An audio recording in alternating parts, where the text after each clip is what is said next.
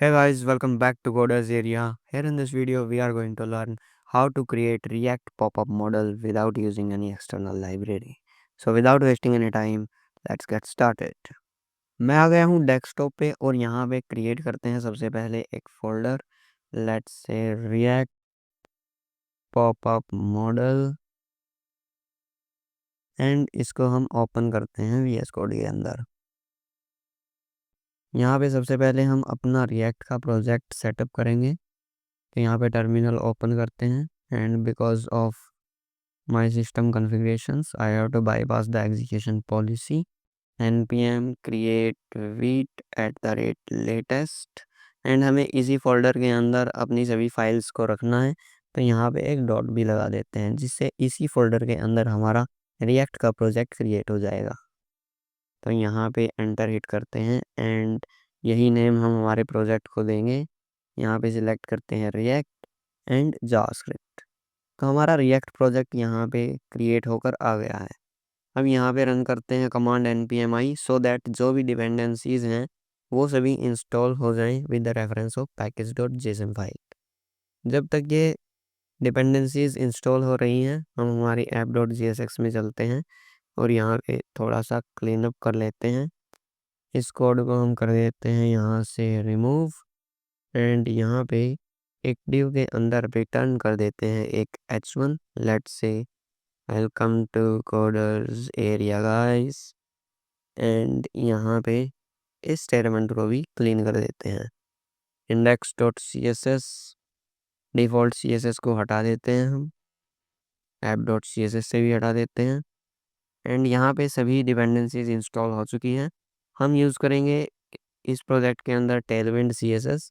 तो यहाँ पे टेलविंड css को हम कॉन्फ़िगर कर लेते हैं टेलविंड css/sweet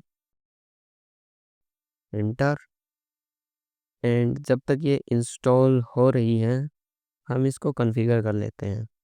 यहाँ पे इंपोर्ट करेंगे हम Tailwind css from @tailwind css/sweet and plugins के अंदर ऐड कर देते हैं हम टेलविंड css को टेलविंड css एंड index.css के अंदर इंपोर्ट कर लेंगे import Tailwind css।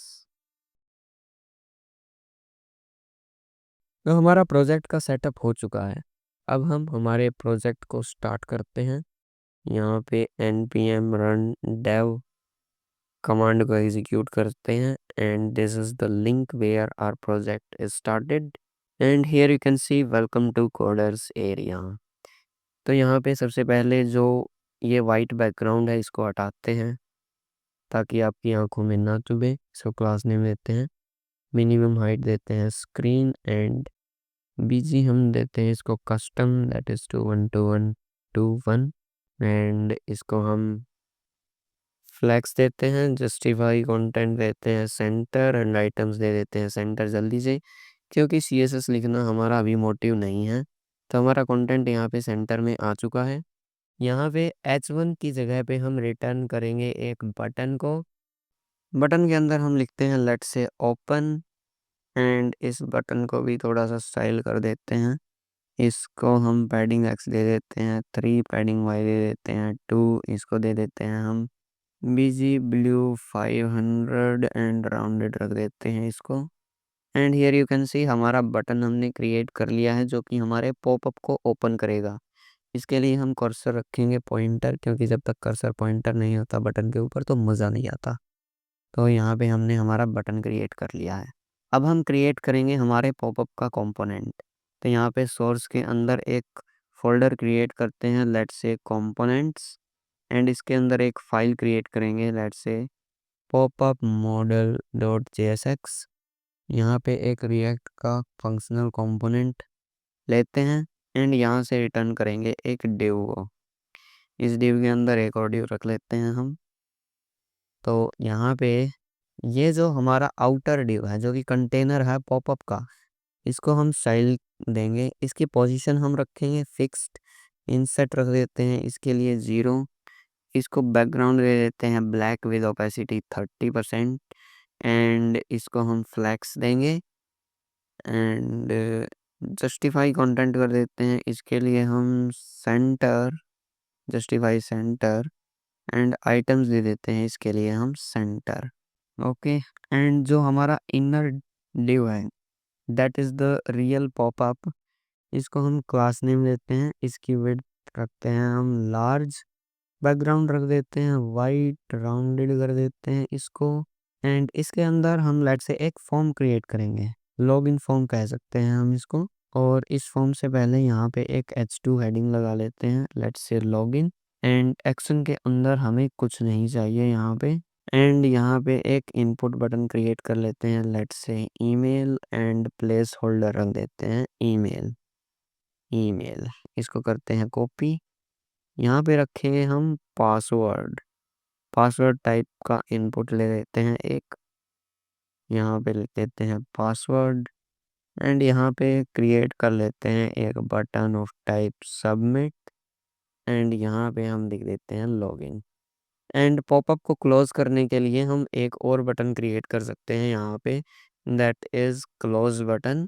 And now this is the basic skeleton of our popup modal. और जो हमारा पॉपअप मॉडल कंपोनेंट है यहाँ पे दो प्रॉप्स को एक्सेप्ट करेगा।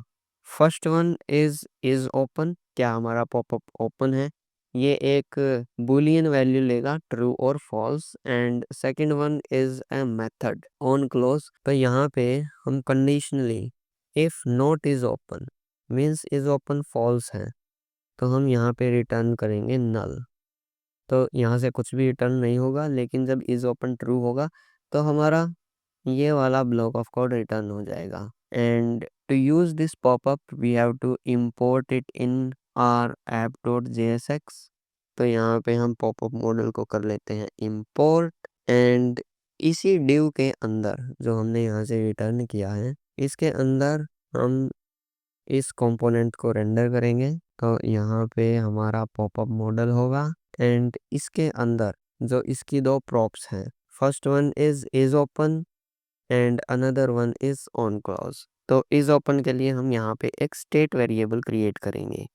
तो यहाँ पे is popup open and set is popup open. And initially हम इसकी वैल्यू रखेंगे फॉल्स। एंड जो हमारा ऑन क्लोज वाला मेथड है वो भी हम यहाँ पे क्रिएट करेंगे, close popup model. This is an arrow function. तो यहाँ पे सेट इज पॉपअप ओपन को हम फॉल्स कर देंगे। एंड इन दो प्रॉपर्टीज को, इज पॉपअप ओपन वेरिएबल को हम इज ओपन के अंदर पास करेंगे। एंड ऑन क्लोज के अंदर हमने जो मेथड क्रिएट किया है क्लोज पॉपअप मॉडल उसको पास करेंगे। एंड यहाँ पे जो हमारा बटन है ओपन करने के लिए पॉपअप को, उसके ऊपर हम एक ऑन क्लिक हैंडलर लगाते हैं। जब भी हमारा बटन क्लिक होगा तो हम इस पॉपअप ओपन को सेट कर देंगे टू ट्रू। तो हमारा सेटअप यहाँ पे कंप्लीट हो चुका है। अब चलते हैं ब्राउज़र में, नाउ हियर रिफ्रेश करते हैं इसको। एंड जब भी हम ओपन पे क्लिक करेंगे सो यू कैन सी हमारा पॉपअप यहाँ पे ओपन होकर आ गया है। अब इसको थोड़ा सा स्टाइल कर लेते हैं। मैंने फंक्शनैलिटी आपको बता ही दी है कि हम कैसे इसको फंक्शनल बनाते हैं। तो यहाँ पे इसको थोड़ा सा स्टाइल कर लेते हैं हम। हमारी जो ये H2 है सबसे पहले इसको स्टाइल कर देते हैं। इसका हम टेक्स्ट दे देते हैं लार्ज एंड फॉन्ट कर देते हैं बोल्ड। अगर आपको टेलविन CSS के ऊपर ट्यूटोरियल चाहिए है तो आप कमेंट कर सकते हैं, उसके लिए हम एक ट्यूटोरियल क्रिएट कर देंगे। अब हम स्टाइल करते हैं फॉर्म को, इसको क्लास नेम देते हैं। इसको हम विड्थ देंगे 90% ऑफ इट्स पेरेंट। एंड इसको हम फ्लैक्स देते हैं, इसके फ्लैक्स की डायरेक्शन रखते हैं call. And justify center and items रख देते हैं, इसके लिए हम सेंटर। हम जाते हैं हमारे ब्राउज़र में तो कुछ इस तरीके का दिख रहा है। और इस डिव के अंदर जो कंटेंट है उसको भी हम सेंटर में लेके आते हैं। इसके फ्लैक्स की डायरेक्शन भी कॉलम देंगे।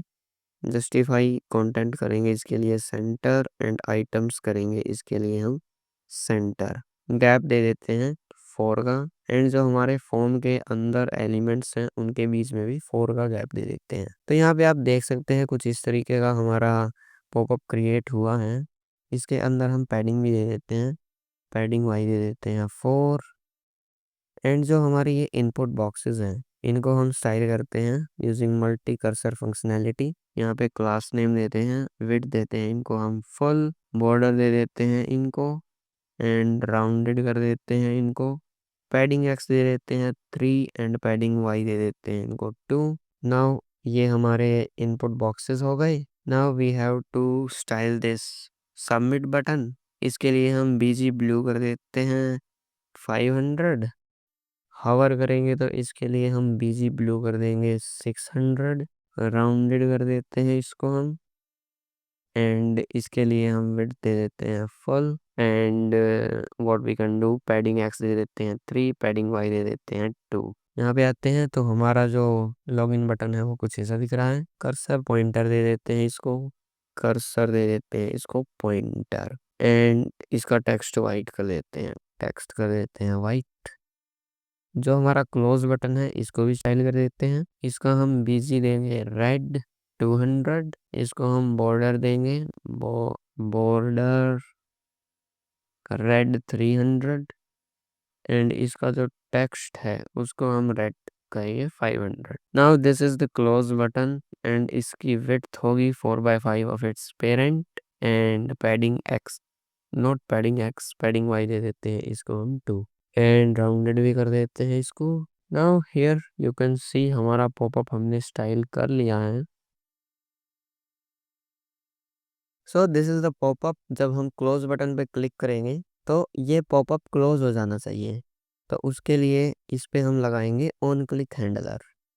ऑन क्लिक, जब इस बटन पे क्लिक होगा तो हम ऑन क्लोज मेथड का यहाँ पे रेफरेंस इसको दे देंगे, एंड इसके लिए कर्सर हमने पॉइंटर किया ही नहीं तो कर्सर दे देते हैं इसको हम पॉइंटर। तो जब क्लोज बटन पे क्लिक करेंगे तो हमारा पॉपअप डिसअपीयर हो गया, एंड जब ओपन बटन पे क्लिक करेंगे तो हमारा पॉपअप ओपन हो गया।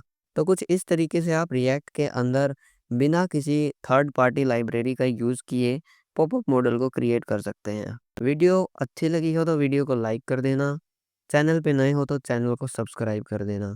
मिलते हैं अगली वीडियो में किसी अच्छे टॉपिक के साथ, किसी अमेजिंग टॉपिक के साथ।